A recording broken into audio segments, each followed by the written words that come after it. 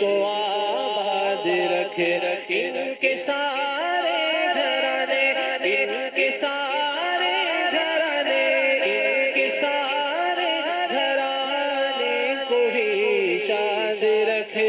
اے خدا میرے مرشد کو آباد رکھے، اے خدا میرے مرشد کو آباد رکھے، ان کے سارے گھرانے، ان کے سارے گھرانے، ان کے سارے گھرانے کو بھی شاد رکھے۔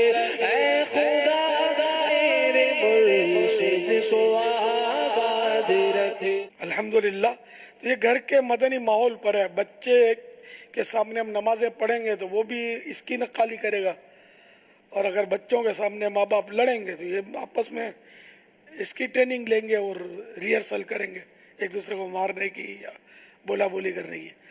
تو اس لیے گھر میں ذکر اللہ ہوتا رہے، ذکر مصطفیٰ ہوتا رہے، تلاوتیں ہوتی رہیں، نمازیں پڑھی جاتی رہیں، تو انشاءاللہ بچوں پر اور آئندہ ہماری جو